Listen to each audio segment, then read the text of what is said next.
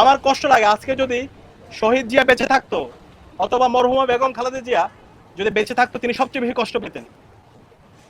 নির্বাচন বন্ধ করার জন্য কিভাবে আপনারা এই ধরনের মত তৈরি করতে পারেন?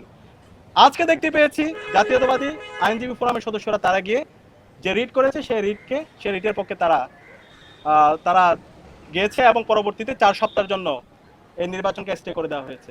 পাঞ্জাবের জগতে একটি বিশ্বস্ত নাম শাবাব এথনিক ওয়্যার।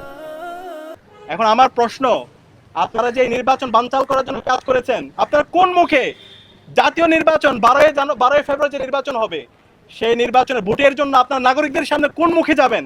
আপনারা চেহারা দেখাতে পারবেন?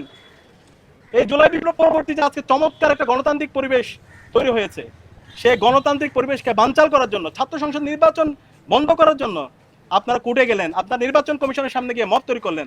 এখন আপনারা কোন মুখে আপনাদের চেহারাগুলো জনগণের সামনে গিয়ে দেখাবেন? আপনারা কি ইশতেহার দিবেন? আর আপনারা কিভাবে বলছেন যে আপনাদের হাতে দেশ নিরাপদ? আপনার ক্যাম্পাসগুলোতে কিভাবে এই গণতান্ত্রিক পরিবেশ রাখবেন? তাহলে তো আমরা সেই যে আগের হাওয়া দেখতে পেয়েছি সে হাওয়ার দিকে আমরা ফিরে যাচ্ছি। আজকের অবস্থানের মাধ্যমে আপনারা শহীদদের সাথে সুস্পষ্ট প্রতারণা করেছেন। আমরা সুস্পষ্টভাবে বলতে চাই, ক্যাম্পাসের মধ্যে যে ছাত্র সংসদ নির্বাচনের যে ধারা শুরু হয়েছে সে ধারা অব্যাহত রাখতে হবে। বাংলাদেশের প্রতিটি ক্যাম্পাসে শিক্ষার্থীদের নির্বাচিত প্রতিনিধিরাই প্রতিটি ক্যাম্পাসে নেতৃত্ব দিবে এবং এই নির্বাচনের মাধ্যমে আমি আবারও বলছি, এখানে কোনো রাজনৈতিক দল, ছাত্র সংগঠন বিজয়ী হচ্ছে না।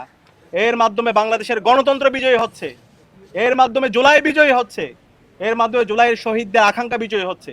সুতরাং কেউ যদি এই নির্বাচন বন্ধ করার জন্য সামনে থেকে পেছন থেকে গুপ্ত সুপ্ত অবস্থায় অথবা প্রকাশ্যে আপনারা মেকানিজম করেন, ছাত্র সমাজ বরদাস্ত করবে না। কে কি করতেছেন সবার আমলনামা আমাদের কাছে আছে, আমরা জাতির কাছে প্রকাশ করে দিব।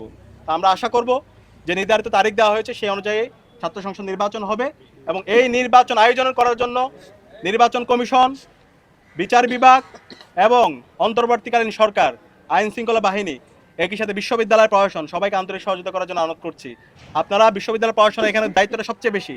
বিশ্ববিদ্যালয় প্রশাসন যদি আপনারা বিগত ফেসিবাদী আমল থেকে আপনারা শিক্ষা না নেন, তাহলে আপনাদের অবস্থান কি হবে সেটা আপনারাই ছাত্র জনতা ঠিক করে নেবে। আমরা আশা করব আপনারা ছাত্রদের পক্ষে অবস্থান নেবেন। অন্তর্বর্তীকালীন সরকারকে অনুরোধ করব এই জায়গায় দায়িত্বশীল আচরণ করার মাধ্যমে, সঠিক সময়ে নির্বাচন হওয়ার মাধ্যমে, শিক্ষার্থীদের নির্বাচিত প্রতিনিধির মাধ্যমে বাংলাদেশে গণতান্ত্রিক ধারার যে ধারা শুরু হয়েছে গণতান্ত্রিক চর্চার, সে ধারা অব্যাহত রাখতে আপনারা আন্তরিকভাবে সহযোগিতা করবেন।